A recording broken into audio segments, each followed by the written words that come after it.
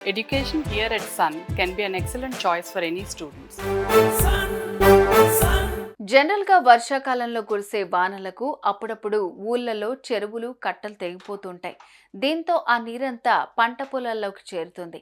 కొన్ని ఘటనల్లో అయితే ఏకంగా ఊళ్లకు ఊళ్లే మునిగిపోయిన సందర్భాలు కూడా లేకపోలేదు. కానీ ఓ డ్యామే బద్దలైతే ఎలా ఉంటుంది? తలుచుకుంటేనే భయంగా ఉంది కదూ. అవును, ఓ చోట అదే జరిగింది. వరద నీరు తీవ్రతను తట్టుకోలేక ఆ డ్యాం ఒక్కసారిగా బద్దలైంది. దీంతో ఆ నీరంతా జనాలు నివసించే ప్రాంతాల్లోకి చేరింది. దీనికి సంబంధించిన విజువల్స్ ఇప్పుడు సామాజిక మాధ్యమాల్లో వైరల్ అవుతున్నాయి.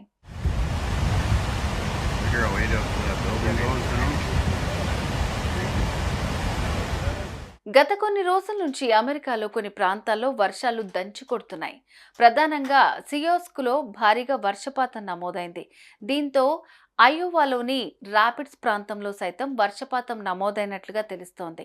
ఇకపోతే మిన్నెసోటాలో బ్లూ ఎర్త్ కౌంటీలో మాత్రం కుండపోత వాన కురిసింది.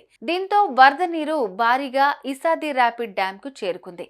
క్రమక్రమంగా వరద నీరు చేరడంతో నీటి తీవ్రతను ఆ డ్యాం తట్టుకోలేకపోయింది. దీంతో ఆ నీరంతా జనాలు నివాసముండే ప్రాంతాలకు చేరిపోయింది.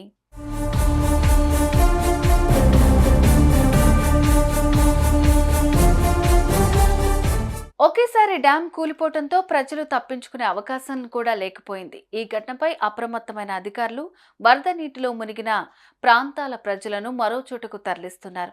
ప్రస్తుతం మిన్నెసోటా ప్రాంతం వరద నీటితో నిండిపోయింది. ప్రస్తుతం అయోవా, మిన్నెసోటా, డకోటా రాష్ట్రాల్లో కురుస్తున్న వర్షాలకు దాదాపు 30 లక్షల మంది ఇబ్బందులు పడుతున్నట్లుగా అధికారులు తెలిపారు. ఈ వరదల్లో ఓ వ్యక్తి కొట్టుకుపోయినట్లుగా కూడా తెలుస్తోంది. ఈ వరద ప్రభావంతో ప్రధాన వ్యాపారాలు సైతం మూతపడ్డాయని, ఆసుపత్రులను కూడా ఖాళీ చేయిస్తున్నట్లు అధికారులు తెలిపారు. ఇలాంటి వరదలు 1993లో కనిపించాయని, ఇప్పుడు మరోసారి వచ్చాయని అయోవా గవర్నర్ కిమ్ రెనాల్డ్స్ పేర్కొన్నారు.